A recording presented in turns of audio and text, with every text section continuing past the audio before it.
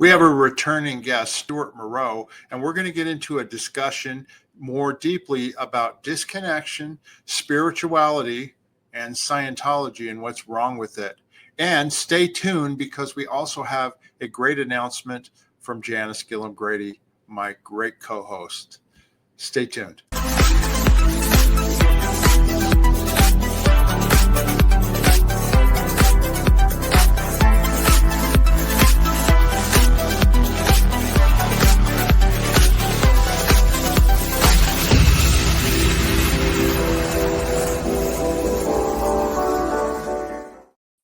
Hi, everybody. Aloha. Welcome to our channel, Scientology Peeling the Onion. My name is Mark Fisher. I'm here with Janice Gillum-Grady.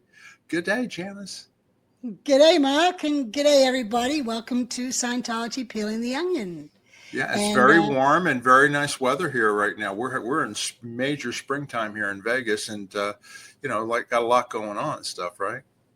Yeah, this morning I ran out for a while, and it was 85 degrees and climbing.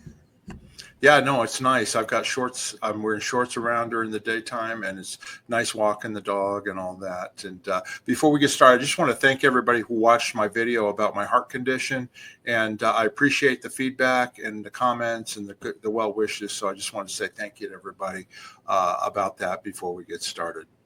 Anyway, we have a popular guest back. His last video, we talked about disconnection with him and his family because he recently was disconnected from. And he's back. He's in Hawaii. And we're going to have a wide-ranging discussion about disconnection and other things. And Janice, why don't you go ahead and tell everybody who we're going to have? Yeah, we are going to have Stu Moreau back. He's been very popular. All right. Let's welcome Stuart Moreau. Look at that, Stu. Hi, guys. So I'm running a little late. We'll be landing here in Maliko Bay in a few minutes. It's a nice place to broadcast from. So you're anyway. up in space there, huh? Well, we'll be landing here in a couple of minutes, and yeah, you're like orbiting, you know. Oh, there you go. Well, yeah, this is here's a shot of Maliko Bay. You know, it's beautiful spot here. It's one of my favorite spots here in Maui. And looky here, they got a monk seal here. This guy's like to sleep on the beach, and once in a while they're rare and endangered. And look here, down on this end, there's all these sea turtles that like to sit down there on the beach. They swim around down over there, and they like to hang out, and they eat stuff off the cliffs there, and then I guess they get tired and like to. This is one of the few places in the world where they pull up and sleep on the beach, apparently. Yeah. Mm-hmm. And that's kind of cool. Popular spot down here for the tourists. And now we're just be coming into Maliko Bay here in a second. Oops! Hey, that's the cameraman got distracted by the surfers out there, I guess. Anyway, all right, here we are, Maliko Bay. This is a nice place to broadcast from. Yeah, I see you're over the rainbow. Somewhere over the rainbow. You're over the rainbow like we used to be. I tell you what, right. now that the Chagkhams have kicked the Dalai Lama out of Tibet, I think that Maui is the spiritual center of the world. It's really, a lot of aloha spirit over here, and they have the mana. The aloha spirit leads to the mana, and the mana is the connection of the all and everything. It's an old Hawaiian spiritual connection to everything, and it's very, very. It's not perfect over here, but it's very, the aloha spirit is a real thing. Yeah. Yeah. Can I ask you a question? I've always enjoyed Hawaii. Stuart, let me ask you, because you're in Maui, I mean, whale watching season, is it going on now, or was that in January? Did you get to see any of the whales between Maui and Lanai and all that? I was over in Kihei last week. And, we had a little family thing over there, and they were out there. I saw this big thing blowing up in the air as I was looking at some boat or something way out there. And I said, what the heck is that? Oh, yeah, it's a whale spouting. So it's pretty cool, That's great. We're all over the place here. Yeah, it's a nice place to hang out, to be stuck. We're making a lot of progress on the. And by the way, Janice gets a lot of accolades for all the connections and things she's always done here. But I wanted to give a big shout out to Mark, who's really the brains behind all this. Without him, none of this would be going on. And it's a really, and he's got all that. Jan was connected to, the first leader of Scientology for many, many, many years and knew him better than anybody probably. And then Mark, the second leader. So you got quite a crowd here. And Mark's got all that eval training too. That's like natural to you. And that's actually pretty good Scientology technology. Hubbard wrote that, the Logic series, I guess it's called, right? Data series. Yeah. Anyway, so thank you for all the stuff that you do. It's terrific. Oh, thanks, Stuart. We're just here. We're a team. I couldn't do the show without Janice, that's for sure. And and Janice probably couldn't do it without me. Right. Well, I couldn't. You do all the technical stuff. I'd be a blank screen. Yeah. Like right now, now you're back at it. Yeah. That's a lot of contribution. And and really whatever the outcome of all this is one of the big reasons I'm here is I tried to go online. I went to Flag, as you recall, I told you that story.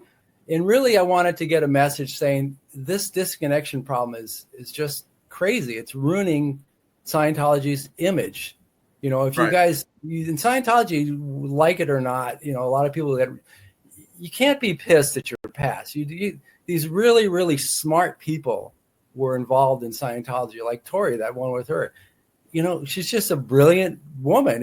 And what you did and contributed and got involved with Scientology for some reason, because it was good stuff. And the good stuff is that it connects you spiritually, whether it takes people who don't even have any idea what's going on, with life and living this and all that. And then it orients them as a spiritual being, as separate from a body. I mean, it's the first thing they say when you walk into a Scientology place is you're not a body, you're a spirit, and you're treated like that. And even the thing with April, that was a good video with her, but she's 14 years old and running this whole organization, is establishing it and all this. And you talk about outpoints and saying, that's how they're treating little kids and all that. But look what she's accomplishing at 14 years old, right? I mean, I would have loved to have been able to accomplish stuff like that when I was 14 instead of wandering around little circles like most teenagers do and kind of bumping into walls like a pinball ball, Yeah. No, so, exactly. there's if you look at it one way, it's that. If you look at it the other way, it's the other thing, The thing is they need to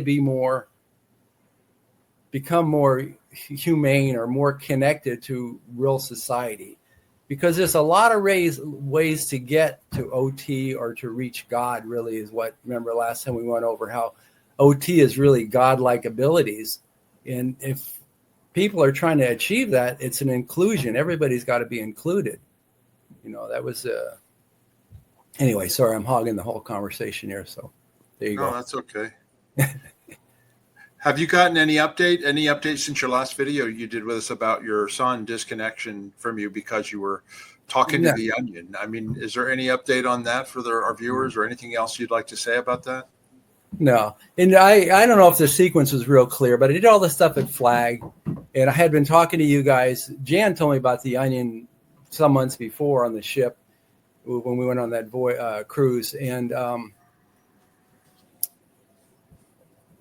then I went to Flag and tried to sort that stuff out there. And I hadn't done the Onion yet, just to be clear. And then I did the Onion. And then, a few weeks later, my son called me up and said, and I'm still hoping that Scientology will wake up. I know it's a tough road to hoe, but it's similar to like this, in the SP, the handler disconnect, right? The whole reason behind handling was to make a person at cause over it. Disconnection is easy. You're just letting it go. But when you handle it, you're becoming cause. So it used to be write a letter. You remember the letter was a big deal. Yeah, write a letter and you had, instead of being all effective at, and there are situations where disconnection sometimes has to happen. The suppressive idea is that, let's say this person's going home every day to this drunk father who he's a bad drunk and he likes to beat up his mom. And this person's coming into this turbulent and upsetting environment every single day. They're not going to really make a lot of progress as a spiritual being if they're continuously in that environment. So what do? Well, you have to either handle that or disconnect. Let's say this person's doing something like Scientology or yoga, or just wanting to go to the church to improve themselves, right? To just get closer to God or something like that. And every day they're coming home to this horrible situation. Well, what do you do to handle such a person like that? Well, you can say, listen, Dad, if you don't, you have to, this has to be taken into context. If you don't straighten out, if you do pull this stuff one more time, what I'm going to do is I'm going to call the cops on you, and you're going to get your ass in jail, and you're going to end up being there, right? Or you're going to have to stop acting like this. And so you're kind of being cause over the situation. Of course,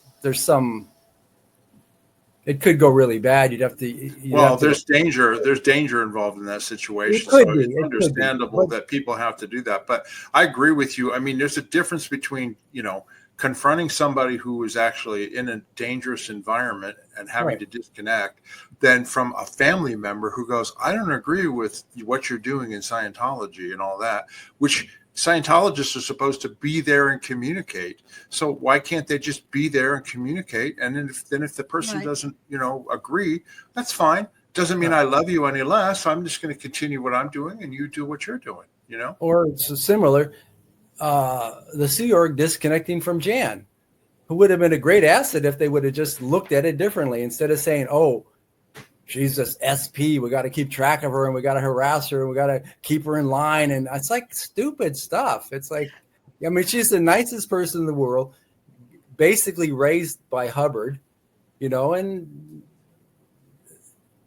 doesn't get any better than that, Well, thank you, Stu. So anyway, with the disconnection thing, so let's say that doesn't work. So then you have to decide, okay, am I going to disconnect from this situation? Am I going to turn myself into if it's a minor, if you're not a minor, you can just do what you want. You can say, I'm trying to make some progress as a being, and I can't do that in this environment, and the person won't change. So I have to disconnect. But in our cases, we weren't antagonistic when we left, and I'm not antagonistic now. I don't think you guys are especially antagonistic to Scientology. The stupid stuff they do, putting trackers on you and spending all that money on PIs and paid friends and just unbelievable stuff, We'll have to chalk it up to the errors of a juvenile religion, a new religion. They just and if you look at it originally, pardon? Go ahead, Janice. Yeah, I wouldn't say it's an error because they're new. It's an error because of the leadership and the direction it's being pushed in. And the trying to hide what they're doing or not wanting us to expose that wasn't the person actually assigned to take over. So they're trying to hide that because they know my sister and I and Mark are a danger to them. How about Tori? Well, and the reason we were a danger to them, the reason we were a danger to them is because Miscavige wanted to get rid of anybody that had a connection to Hubbard after Hubbard died. You know what I mean? Because at the time we were true believers. We were really into it, right? But we were into doing what L. Ron Hubbard says, and David Miscavige had different ideas. And when we started spotting it and pointing it out, that his attacks started coming our way. And then when we went, you know what, this is not what we signed up for. We're leaving. I'm learning, even today, I'm learning more and more about Miscavige and his childlike, idiotic behavior, his egotistical behavior, and the amount of money he spends. And it's all about him and his ego and his this and it's that. It's not about helping people. It's not about expanding, getting people delivered Scientology. It's about how much money can we get into Scientology, and then how many buildings can I build, and how big, I'm a big religious leader. That's not the Dave Miscavige that we knew. That's not the Dave Miscavige we knew as a young man. Do you know what I mean? And then he's gone off into Lululand. I mean, he's almost like Citizen Kane at the end. The guy, he's so in his megalomania that he has no friends really. He has to travel with security everywhere, and he's eventually going to go, and then what's going to be left? Yeah, exactly.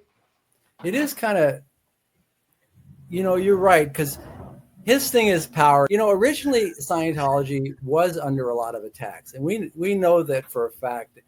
They do a lot of things to provoke attacks, but it was a sort of a Hubbard didn't invent Scientology off the bat. I mean, he had the imagination. It was Dianetics, handling body stuff, and people started having real spiritual experiences, like past life stuff and out-of-body experiences. It was just happening, and Hubbard, who already was into this spiritualism, said, "Oh, there really is something here," and he just developed it because it is basic truth. It's when you connect up with God and you connect up with spiritual stuff, it's a different universe than the physical universe, and things happen differently. And his thing just grew really fast. And Scientology is good for real basic spiritual orientation and actually strengthening yourself. But it does, like I said, leave out the God level. It's sort of, it was never completed. Hubbard never completed it. He didn't really finish OT8. They had to make up some stuff for OT8. Right? Isn't that your? Yeah. What they had for OT8 was put together by Ray Midoff. They had to just go through different things and put it together. There was nothing official from Hubbard saying this is OT8. Yeah. Right. Hey, speaking of stuff, there's a lot of really, like I did the ACIM, and that was sort of like a download from the spiritual level.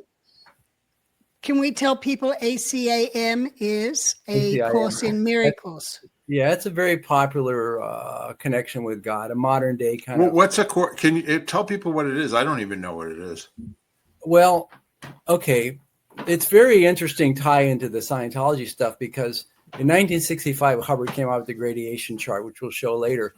But also in 1965, this woman who happened to be Jewish and in Columbia University named Helen Schumann, I think is her name, or something similar to that.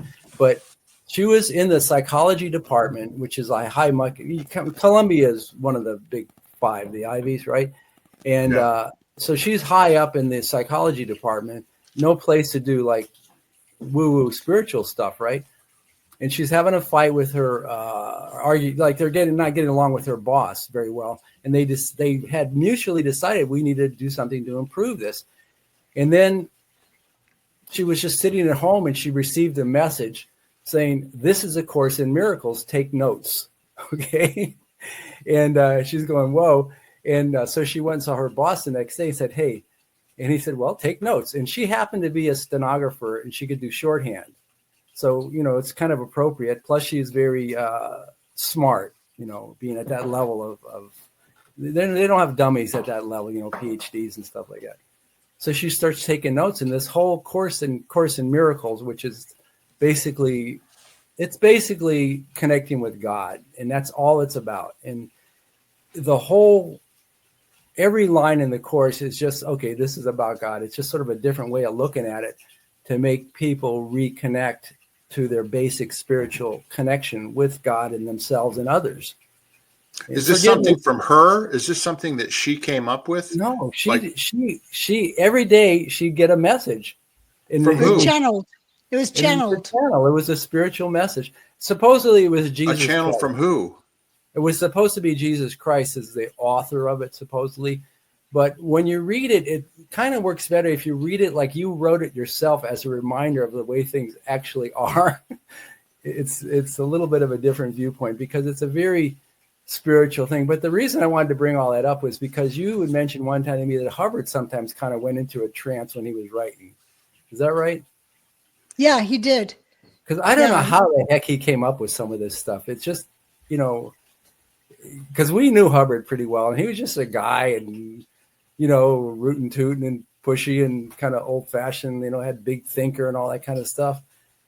And hard driving, like, the Mongols from Moguls, sorry, not Mongols, could be Mongols, but the Moguls from the old days, the big, JP Morgan type people. And, that really had big ideas and big pushy things.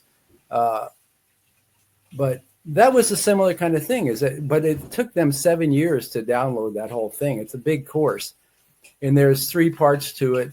There's the text, which is just sort of philosophical discussions about relationship to God, which is where I came up with this idea that, Harvard was always looking for this thing called basic, which is, the engram that's holding everything in place, right?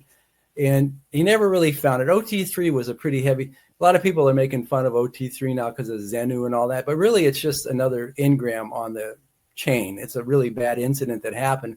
But if you look at it, it's just you guys have done OT3 and it's all over the internet now. So it's not like we're revealing anything that's going to, make people sick, supposedly. Remember with all that word. Right. But anyway, so it's kind of funny because if you look at it, the original incident that's sort of created all the chaos that we're now is the separation of us from the oneness, from the whole, and it's a decision, because if we're all part of that and part of God and part of this oneness thing,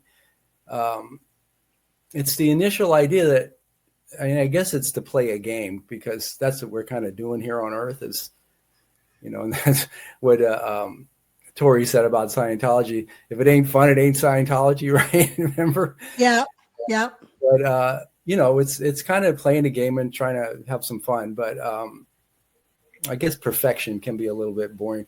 But anyway, so the initial, if we were indeed all connected as part of this whole God thing originally, then it's the separation from that and the hiding of that separation. That is, so that's really like a loss. You're losing that original connection.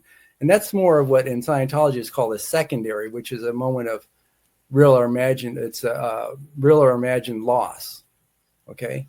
So those are always like when somebody dies in the family, it's very traumatic to a person. And that would be one of the things that was run out in Dianetics as a traumatic incident that would help a person relieve the upset caused by loss. So that was supposed to be held in place by an engram, because engrams were moments of pain and unconsciousness. I mean, if you're not aware of something, it's unconscious. So that's the whole idea of how Dianetics and Scientology works. It's recalling things that are just below the consciousness and opening up the unconscious. So he was always saying that all this is held in place, the lack of ability to be OT, by an engram. But really, I think it's the loss or a secondary of the commonality or the oneness. Hubbard was always trying to make the individual stronger. And that's, as you go through life and you get stronger as an individual, but really to reach God, you have to let the ego go. And that's part of this tie-in with DM and Hubbard even is they have really, really, well, Hubbard did. And DM has a really, really big ego. It's all about him. Right. And that's what you're talking about is not, that's in lots of religions. It's in Buddhism too. You know what I mean? It's like, let go of the ego and let go of that and just embrace the spirituality. I know my realization after being out of Scientology is that, I mean, we're talking about faith here and religion and that type of thing, right? But like, it always seemed like, oh, we're going to clear the planet. We're going to do this. We're going to do that. And that's the goal. Is that you, Stuart, that's making that noise? Sorry, we might just have to wait for a minute. Somebody run some water. Oh, you can cut this part out maybe. Yeah. There it goes. Okay. That's better. All right.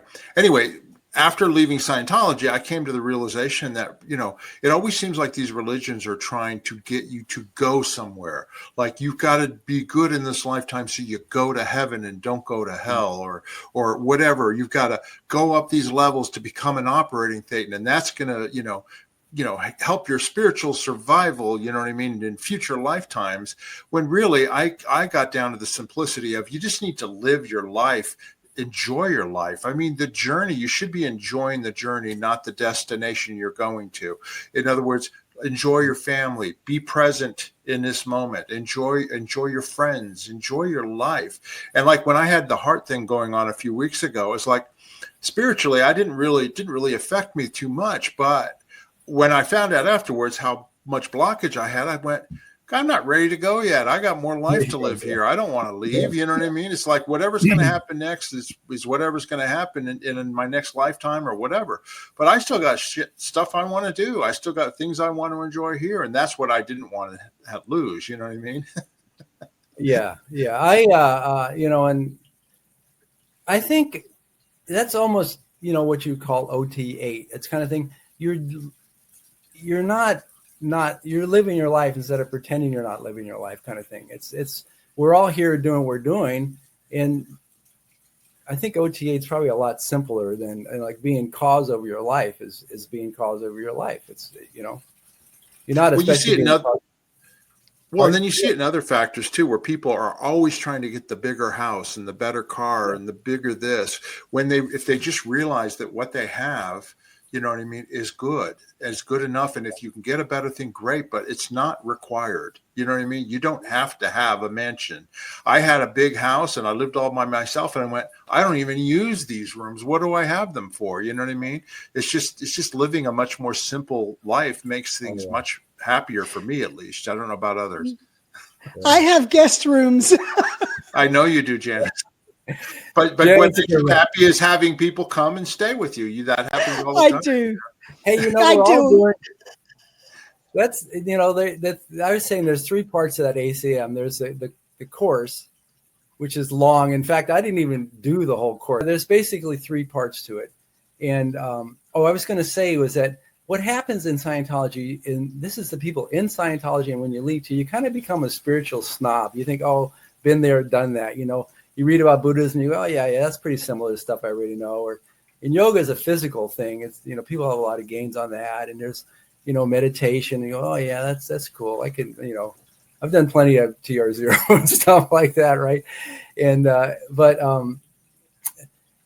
so that's kind of how I approached ACM a lot. I figured, oh, I've been there, done that. I knew a lot of it. But a lot of it was very new to me, which was a good, because it was a new level for me, kind of thing, a new way of looking at things. And Scientologists don't say God very much because it's like odd for them. Well, but it is the eighth dynamic. But if you look at ACM and you look at yoga and Buddhism in Scientology, to do any of that, you're mixing practices. Well, in Scientology's viewpoint, yeah. Even going to a chiropractor was considered mixed practices unless you got the case supervisor's approval. Yeah, it's kind of funny, that whole thing. We had that guy on the ship who was a chiropractor, and everybody went to him. It was like really kind of just accepted. And plus, he was a naturopath. He was doing all kind of things. That Danish or Swedish guy we had for a while. Do you remember him?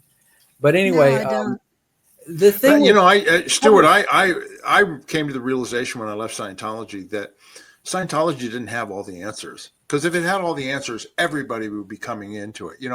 I always used the comparison in the 90s after I left, is everybody, Microsoft computers, they're everywhere. They have 95% of the market, 5% to Apple. And I'm going like, if Scientology was so great, or if any religion was so great, they'd have 95% of the people in it and not the 5. But what I did realize is that there were truth in Scientology, but there's also truth in other things too, like your ACM or whatever. And we're all on this journey just trying to learn as we go. Go ahead, Janice. Right. But if they did have all the answers, they wouldn't need to disconnect. Right. They would accept. And you know what? Two things here. I got to tell you about my uncle real quick, who had a good description. But, okay, my uncle was, he described that whole process as, when I left Scientology and I started doing real estate and stuff like that, and actually living in the real world and making money and all that kind of stuff and being kind of successful at it, he congratulated me for having graduated Scientology and moved on to a real estate. This it was carpentry, but a higher end where you do your own projects and stuff like that. And I had apartments and this and that. And that was an interesting way. He was an extremely intelligent man, terrific history. He was Jewish. He escaped Berlin ahead of the Nazis, went into France, changed his name, got false passport and ID, went back into Belgium, rescued his family, immigrated to the United States, went back for D-Day, joined the army, went back for D-Day in World War II, and he was in Army intelligence because he spoke 5 languages. And then right after that, he did Radio Free Europe, and then he was the chief French translator at the UN for many, many, many years. Hobnobbing with world leaders and rulers all, every day. And he was very intelligent, very sophisticated. And he probably thought that whole, because I used to tell him about Scientology and stuff like that. And he would sort of write me, yeah, that's kind of nice. And he'd give me some kind of higher level type response, And, but that was a very, he was, as in the UN, he had to be very tactful and very thinking ahead kind of guy. And that was an interesting way of putting it. Having graduated Scientology, okay, so we did that for years and we're kind of moving on. They don't have to get mad at you. And the other thing is that Hubbard over and over again said this non-denominational, other religions are welcome. Now in practical application, they start saying that wasn't true. But here's the interesting thing is they all have one thing Scientology doesn't have, because every one of those religions, their main focus is God. And the last focus in Scientology is God. It's like everything but kind of thing. And he left off the OT8. And you know what? Maybe something like ACIM audited is OT8, because it's some powerful changes it's going to make in a person that actually does those things. It's got 3 parts. It's got the text, which is really long. And I just would skip through and read parts of it. And then the workbook, which is daily lessons. They give you something to think about every day. Like today's one is just about happiness is your given right, and your connection with God wants you to be happy. And the whole thing, going back to that, is your native state is happy, and connected. And then the third part is, go ahead. Go on, Stu. The third part is called the teacher's manual. And this is a course, like I do it online. I do the original when I study it. There's a thing called the text, which is the first translation, because she did it in shorthand, the Schumann lady, and then she would meet with her boss, and he would transcribe it. And so the original transcription is called the text, which is the uncut version of it. And the course that people get in a book version is sort of refined a little more, like edited some more, has some early interactions that are missing from the book. Doesn't have all the really rough stuff. And for people that are advanced and can kind of tune in, the text is pretty easy. And there's active versions online. And so the part that I actually was sort of, it's a course that says the basic idea doesn't change, but the order you do it in, it doesn't matter what order you do it in, because it's all a connection to God kind of thing. And I was attracted mostly to the teacher's manual, which is, to me, was interesting. And there's a lot of good insights. Like the people that you need to meet are the people you meet. And there's no difference between the student and the teacher. Those are very good insights. And another one that's a kind of a big deal is, if you get into something like this, or even Scientology, if you're looking for bad, negative stuff, you'll find it. But if you're looking for the good stuff, you'll find it too. It's how you approach it, kind of thing. Right.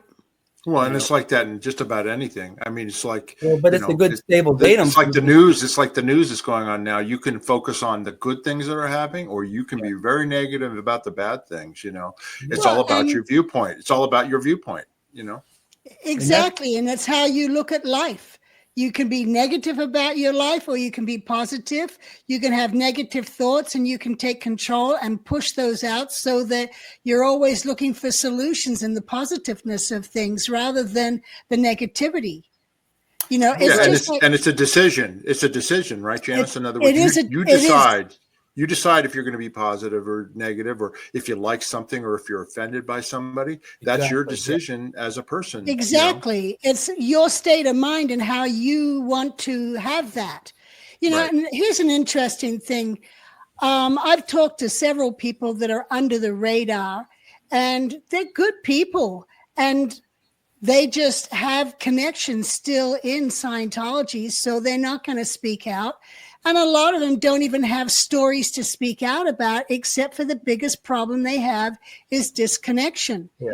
And then they create the withhold from the rest of their Scientology family, who probably already also have the same withhold of not really disconnecting from that person. And they all secretly communicate with that one family member, but they don't tell the other family members they're communicating with it, and that's okay. Yeah, and people don't know, they don't all have to come out like us and join YouTube channels and speak about it. They should be there so that they are a terminal for that person that's the big SP, or for the other people who are in there that might decide that, this isn't for me anymore. It's too much negativity going on. It's not Scientology or what it was supposed to be. Yeah. I'm going to move on, but it's all a matter of thought, controlling the thoughts. You can either accept the negativity and go in that direction, or you can be positive about it and forget the other BS. You could write a book about that and it would be popular, because that's exactly what any of these. No, she's still got her third book to write. No, don't give her another write book. Another one after that. And by the way, as a little aside, there is going to be a movie about, because the stuff we experience in the Sea Org and the whole evolution of, at least the part we were involved in Scientology, and even the beginning of it, this is going to be an epic movie one day. And either it's going to come out with this thing with DM and, being the dictator. And I'm sorry, but Scientology is a dictatorship. And Hubbard, he advocated, actually, he said the best form of government was he was the dictator. It's all about control. It's all about power and control. But the point was, he said a benign dictatorship. And there's another MU, like, fine, run a dictatorship, but understand what benign means, Dave. It's not what's going on here.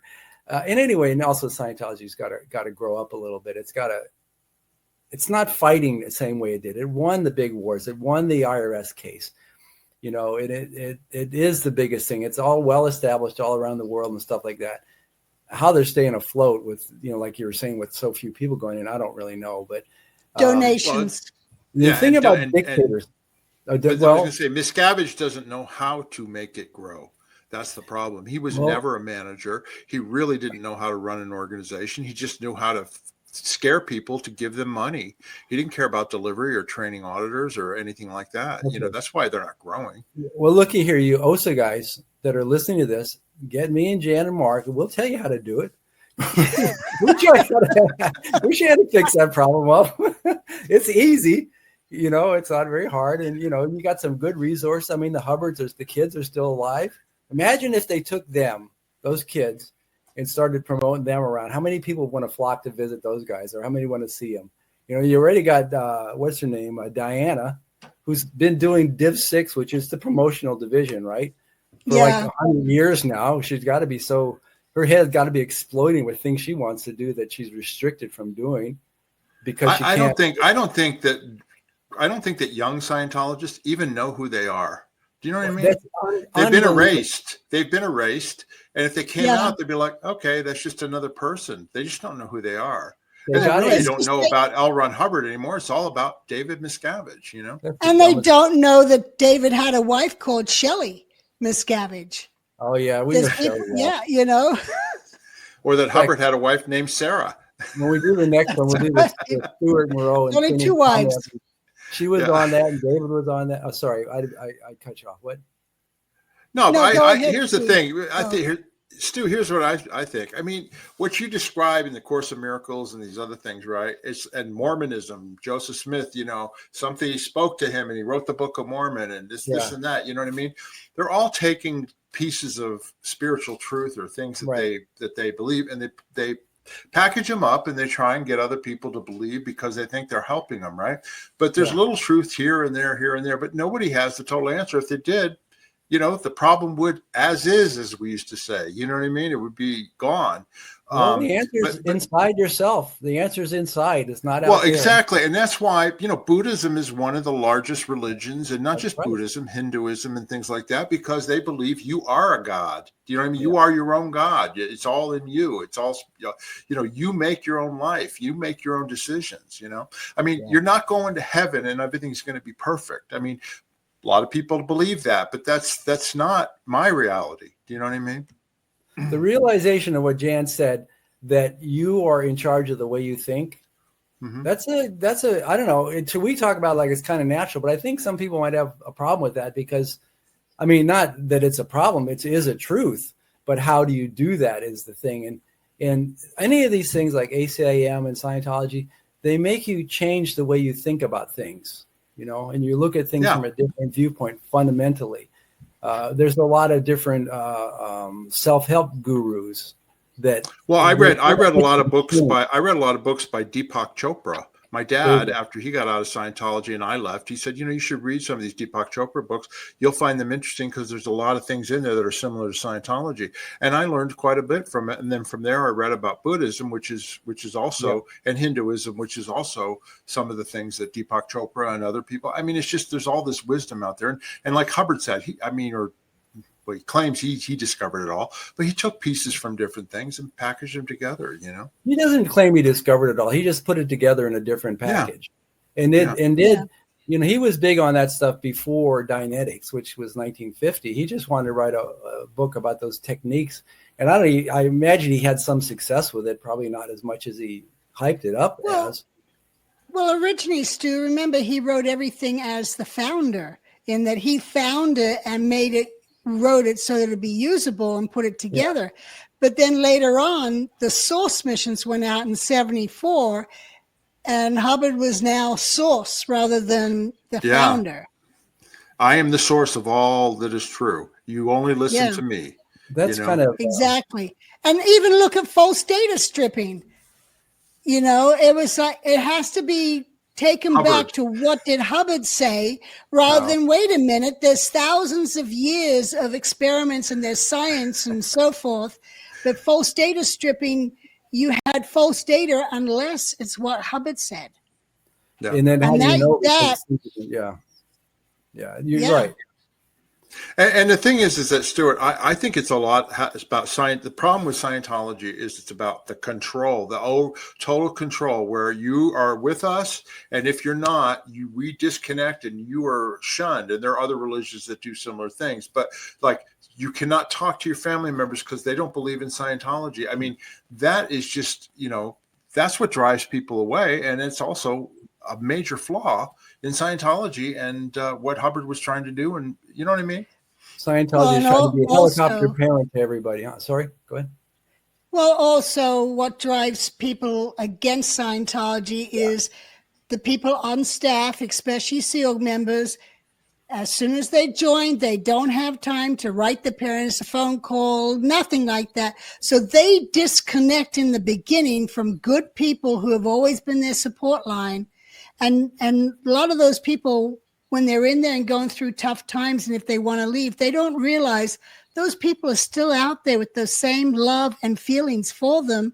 And even if they hadn't seen them in 30 years, show up on their doorstep. You will find those people outside of Scientology will embrace them and do whatever they can to help them get back on their feet. See, Jan, woman was put on earth to teach man about love, right?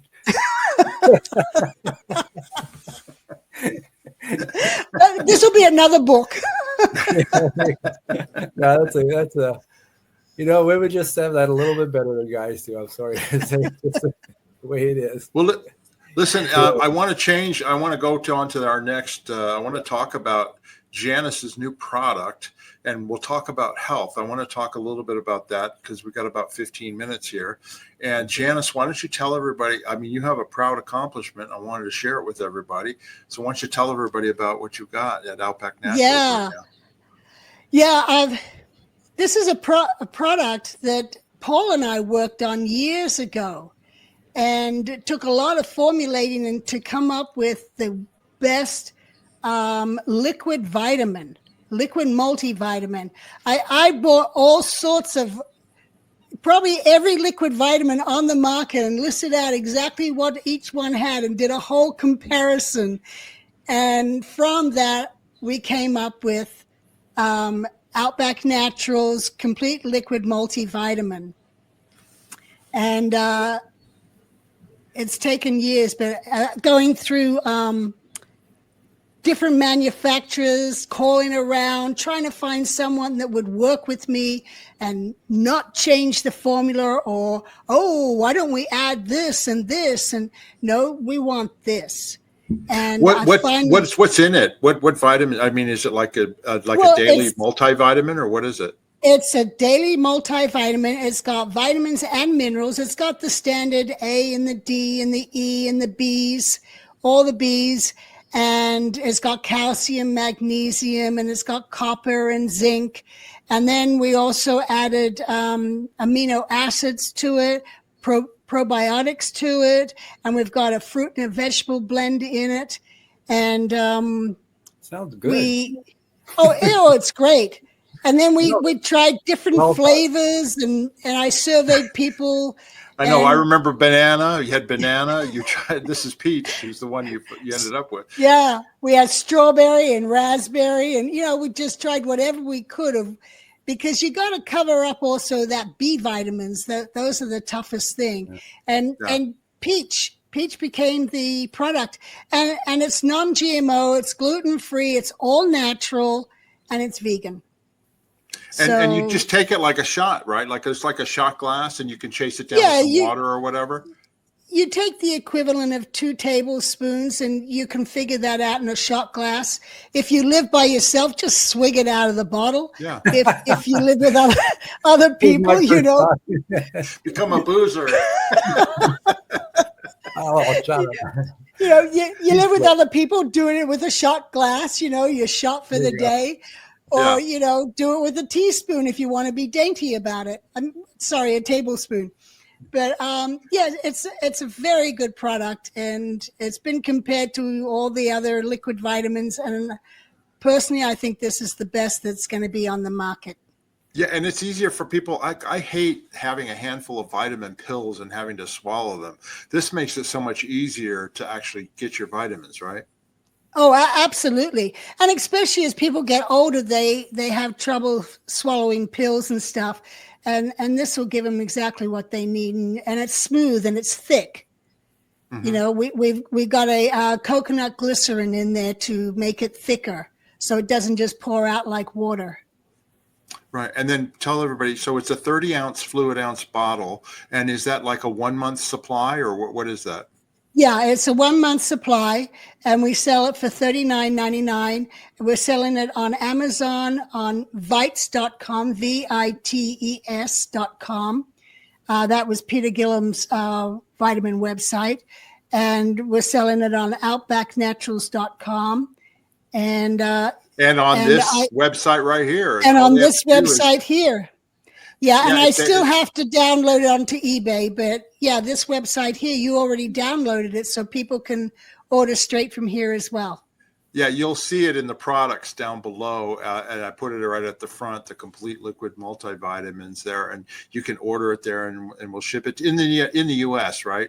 Not in the non-U.S. Yeah, in the U.S. I don't have it worked out for the non-U.S. I mean, you're talking, it's a heavy bottle, so, the shipping to non-U.S. is going to be very expensive. Yeah. And then you've got another product too, and this is another one that has been going really well recently, right? Yeah, this one's going great guns, because this is, again, one of the best magnesium products on the market. We've got 8 different magnesiums, and some people are like, well, I have 8, but they have oxide. Oxide is not a good magnesium, and we have one here in this formula that it's patented and nobody else has it. It costs $210 for 1 kilo, where regularly the other kilos of magnesium are maybe $8 to $10. But so this magnesium it breaks through the blood-brain barrier. So and what's magnesium good for? What's magnesium good for?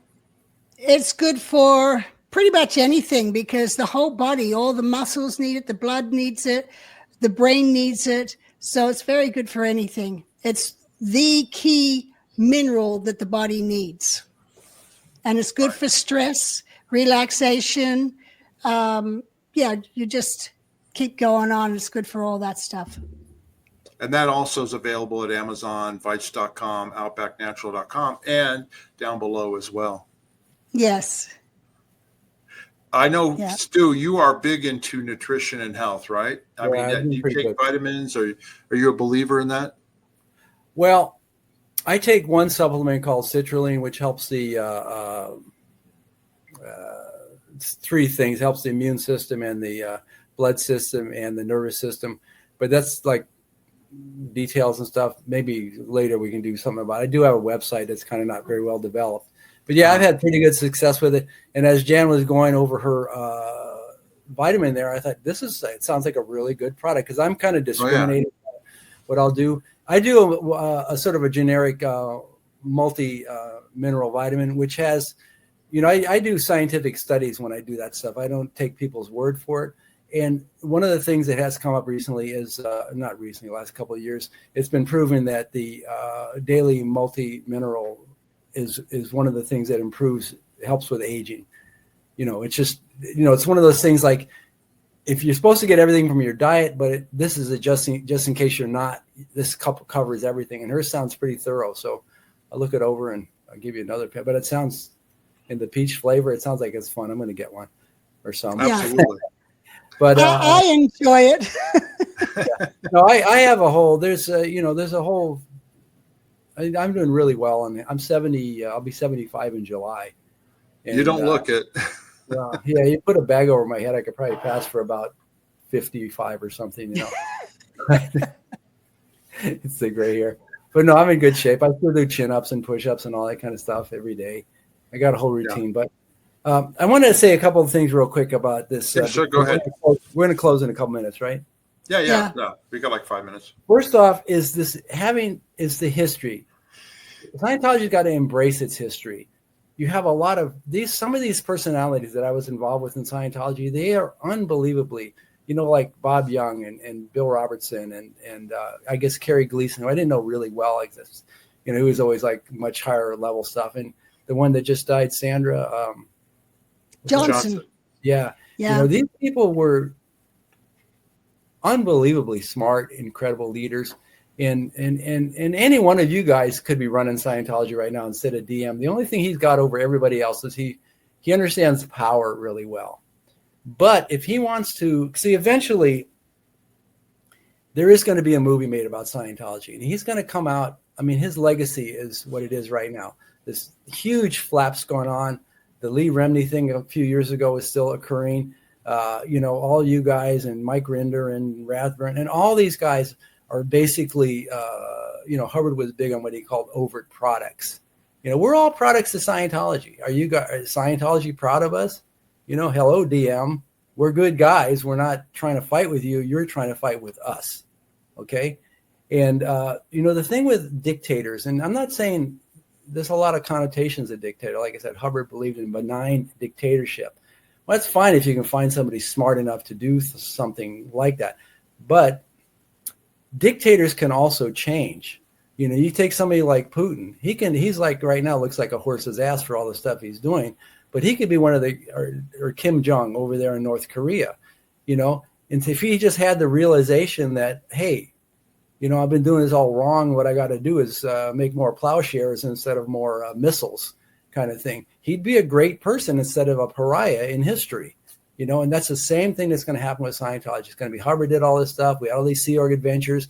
And then DM took over and he made some really nice churches that nobody came to, and he kicked a lot of people out and got really pissed and made sure nobody could talk to anybody. And I guess at the upper levels, like Tori was describing, like a triangle.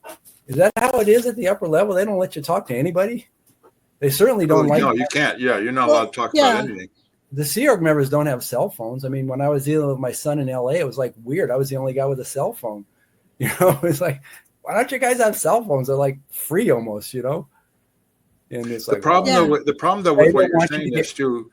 The problem you're saying, though, about these dictators like Miscavige and Kim Jong-un, Putin, all that, is they don't think that there's anything wrong with them. And that's their problem. They think that what they're doing is right. They don't consider that anything they're doing is wrong. I have never, ever heard Miscavige apologize for something that he did wrong or to say, I'm sorry. Even Hubbard used to do that. Remember?